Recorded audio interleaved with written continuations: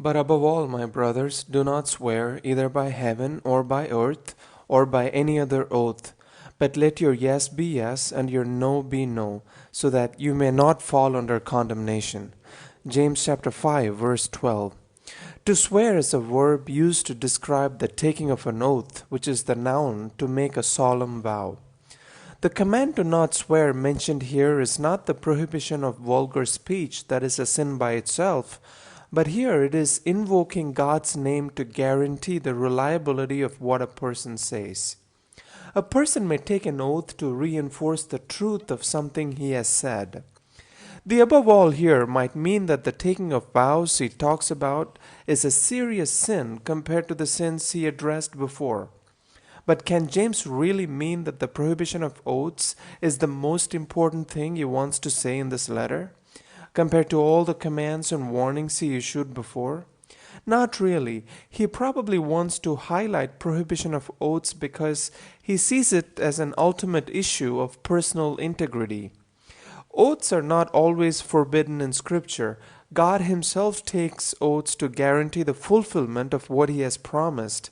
Hebrews 6:13 says, "For when God made a promise to Abraham, since he had no one greater by whom to swear, he swore by himself." And the Old Testament law did not prohibit oaths, but demanded that a person be true to the oath he had taken. Leviticus 19:12 says, "You shall not swear by my name falsely, and so profane the name of your God. I am the Lord." Over time, oaths, due to its indiscriminate use, led to warnings against using them. Jesus' teaching in Matthew is important to understand James. It looks very similar.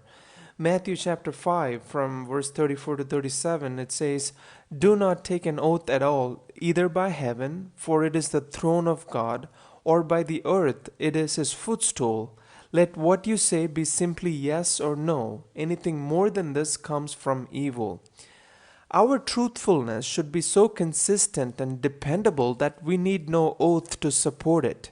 A simple yes or no should suffice. Our mere word should be as utterly trustworthy as a signed document, legally correct and complete. But does this mean oaths of any kind are prohibited? One extreme view has concluded that this is the case, and have refused to take oaths of any kind, including courtroom oaths or wedding vows.